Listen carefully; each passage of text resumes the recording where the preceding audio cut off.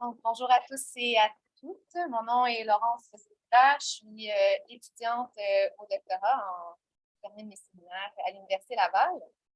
Donc, aujourd'hui, je souhaite vous parler de l'avancement de ma recherche qui est vraiment un stade préliminaire, donc qui porterait sur les effets de la néolibéralisation de l'aviation civile canadienne et européenne sur les conditions de travail et d'emploi du personnel navigant.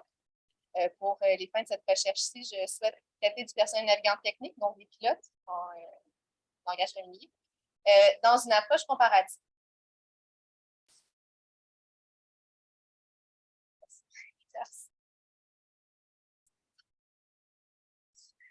Donc, voici le plan de ma présentation. Tout d'abord, en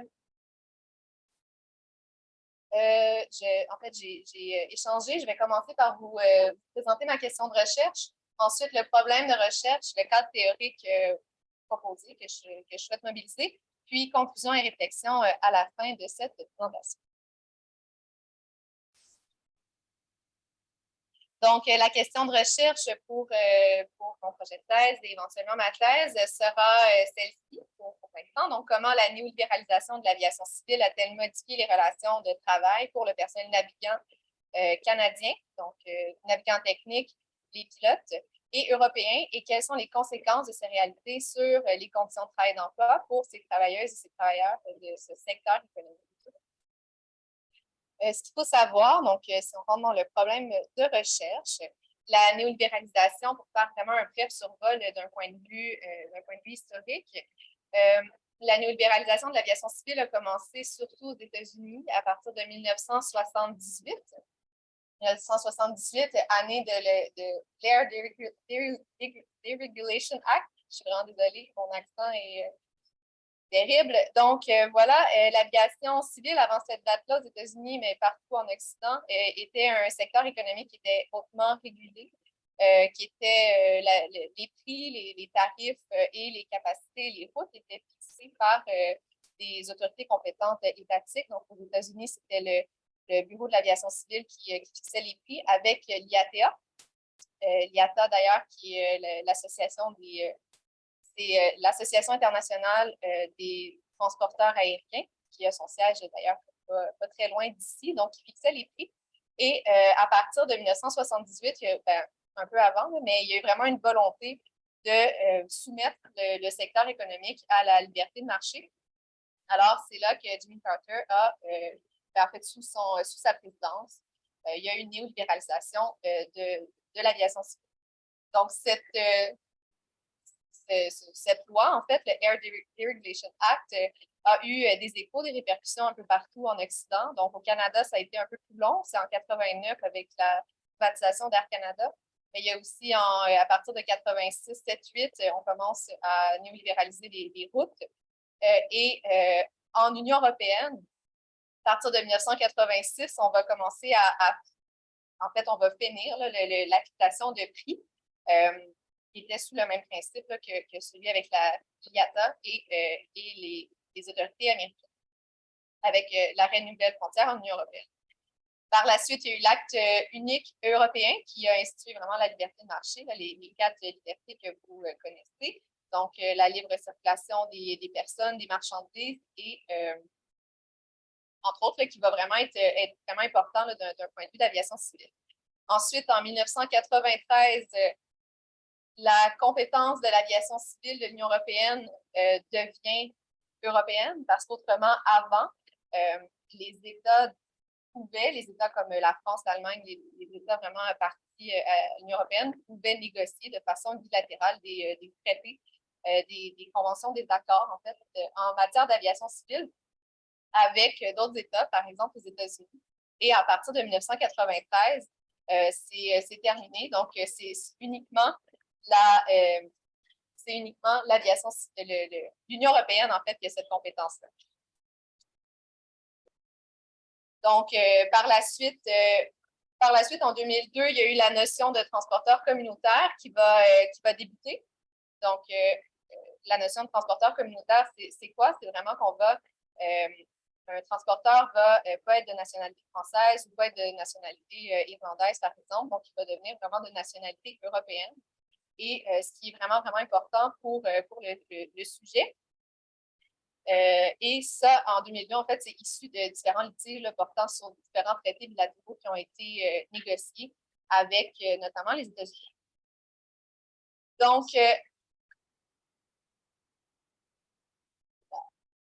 communautarisation du transport aérien.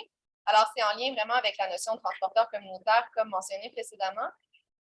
Donc, l'aviation civile, ce qu'il faut comprendre, c'est en fait c'est plusieurs choses, là, mais notamment tout ce qui est par rapport à la nationalité des entreprises, par rapport aux normes en sécurité, sûreté, formation de personnel, équipage, le minimum et tout. C'est vraiment une compétence qui est communautaire, donc qui est vraiment pan-européenne, alors que le droit du travail est demeuré une compétence étatique.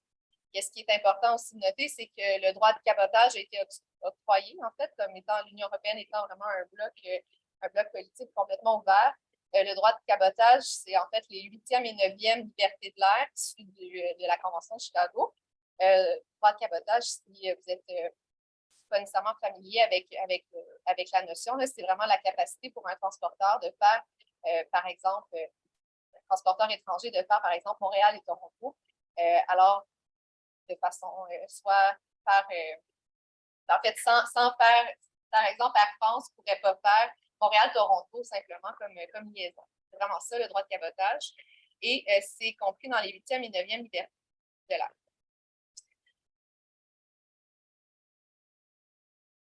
Donc, couplé à la libre circulation, donc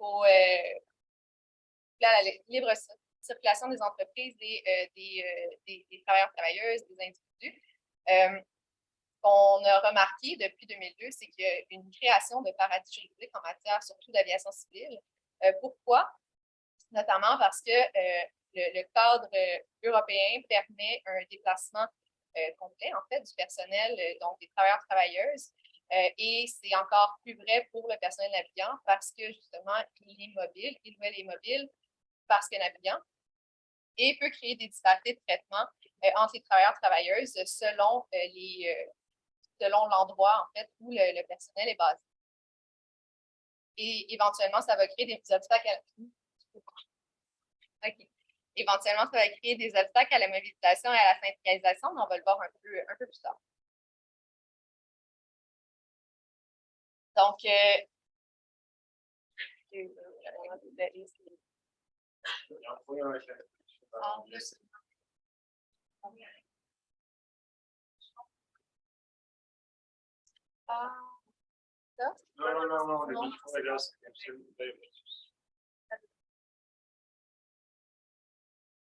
Il n'y a pas de souci.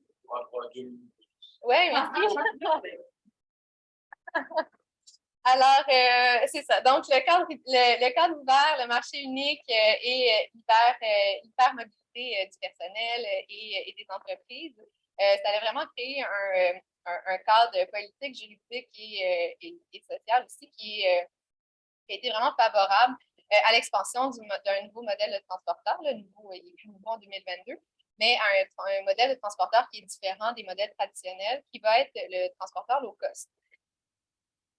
Donc, le transporteur low cost, si vous êtes allé en Europe, en fait, on le voit, on le reconnaît souvent par les faibles coûts des billets, donc c'est 15, 20, 30 euros. Et c'est vraiment un modèle d'affaires qui est assez complexe, là, où est-ce qu'on va essayer de mettre le plus d'efficacité ou d'efficience dans la structure de l'entreprise, notamment le service minimal aux passagers et passagères, système de réservation qui est très sophistiqué. Les appareils aussi, ça va être de même type à haute densité. Donc, si c'est par exemple des Boeing 737 ou des Airbus 321, donc ça va tout être la même chose. Et à la plus haute densité possible, on va aussi réduire le plus possible le temps au sol. Et on va faire beaucoup de liaisons et des liaisons de nulle part à nulle part qu'on appelle, donc du point à point. Par exemple, on va utiliser l'aéroport de Beauvais à Paris au lieu d'utiliser Charles de Gaulle. Pourquoi? Parce que les frais d'atterrissage sont moins chers. Et on va, surtout ce qui nous intéresse, s'assurer de la plus grande efficacité possible du personnel navigant, donc des pilotes et des agents de bord. Entre autres, on va demander aux pilotes de faire un pilotage des aéronefs le plus efficace possible. Donc, avec, par exemple, freiner le moins de carburant possible dans les limites de la réglementation, évidemment, puis de la sécurité. On va demander aussi l'usage minimal des freins. Donc, on va vraiment maximiser on va rendre efficace le pilotage des aéronefs. On va maximiser les horaires. On va demander aussi de faire des tâches qui vont être connexes à l'emploi, notamment le ménage, le chargement des fois des aéronefs et tout. Et on va leur offrir souvent des conditions de travail marginales et atypiques. Donc, pour entrer dans le vif du sujet, les conditions de travail marginales et atypiques qu'on retrouve dans un nombre croissant en fait de low cost en Europe. Donc, travailleurs autonomes et agences de placement de personnel, on estime que c'est 53 environ des PNT, donc des pilotes qui travaillent au sein de low cost qui sont employés ou embauchés, qui ont un lien de travail en fait de travail autonome ou via des agences de placement de personnel. Et ce qui est intéressant, c'est que de ce nombre-là, 93 du PNT qui sont considérés comme travailleurs autonomes n'ont pas de contrôle ni sur la quantité d'heures volées ni sur les horaires qui sont offertes. Et 90 peuvent peuvent pas en fait travailler pour plus d'un transporteur à la fois. Donc, souvent, ils ont des clauses de non-compétition dans leur contrat de travail. Ensuite, on a les contrats 0 heure, où est-ce qu'il n'y a aucune heure de travail garantie, qui sont souvent couplés avec le travail autonome, ce qui fait que dans les périodes creuses, l'aviation, c'est saisonnier. Donc, dans les périodes creuses, les pilotes se retrouvent en fait sans emploi, sans travail, et souvent, de par leur statut de travail autonome, n'ont pas nécessairement accès au filet de solidarité et de sécurité. On a aussi une réalité qui tend à que de plus en plus, c'est le pay to fly. Donc, le pay to fly, c'est littéralement de payer pour voler. C'est un paiement qui est exigé par l'entreprise pour effectuer des vols à revenus comme pilote qualifié, en fait. Donc, c'est en échange, si on veut, parce qu'un pilote se doit d'accumuler de l'expérience de par heure de vol. Donc, une fois qu'il a sa licence en poche, il faut qu'il ou elle aille travailler pour accumuler des heures. Et l'entreprise, ce qu'elle demande, c'est en fait, en échange de ces heures-là, ben, le pilote paie 10 000 euros jusqu'à 60 000 euros pour occuper le poste, en fait, d'un salarié, d'un pilote qualifié, avec des passagères à bord. Et ce qui est intéressant par rapport à ça, c'est que, justement, il y a un rapport préliminaire qui vient de sortir de la Commission européenne au début octobre, disant qui a été mise au courant, en fait, de la hausse, en fait, des pay to fly, et qui a enquêté sur le cas, mais qui peine, en fait, à démontrer le pay to fly, étant donné que les pilotes, souvent, ne sont pas embauchés sous des contrats de travail, mais bien comme des étudiants, si on veut, alors qu'ils et elles occupent vraiment le poste d'un travailleur ou d'une travailleuse. Et on a l'interopérabilité des équipages qui fait en sorte que le personnel navigant est extrêmement flexible, mobile, là, si on veut. Donc, on peut prêter, si on veut, nos pilotes à d'autres entreprises.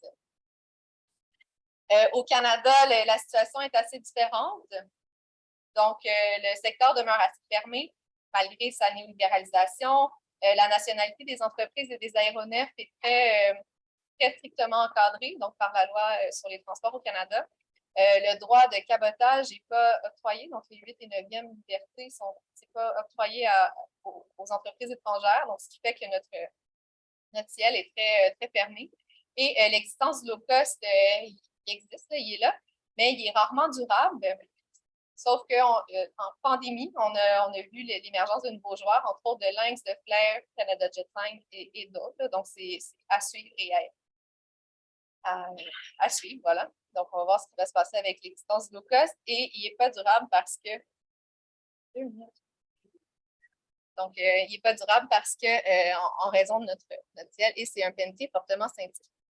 Donc, les objectifs de recherche et le choix des espaces politiques, en fait, c'est une comparaison qui est intéressante entre un milieu qui est extrêmement ouvert, donc l'Union européenne, et un autre qui est relativement fermé, le Canada.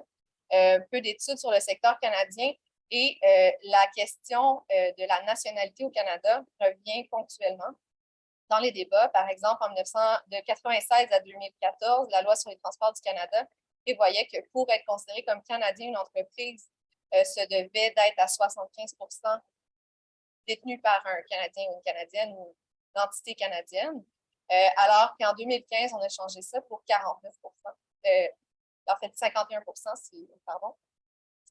Donc, cette question-là revient toujours, est toujours d'actualité et c'est un secteur d'exception. Donc, c'est mes approches théoriques, mais je vais les passer. Alors, en conclusion, en fait, mon analyse serait multiniveau, donc une analyse sectorielle, une analyse institutionnelle, et la néolibéralisation de l'aviation civile, en fait, ça a eu énormément d'impact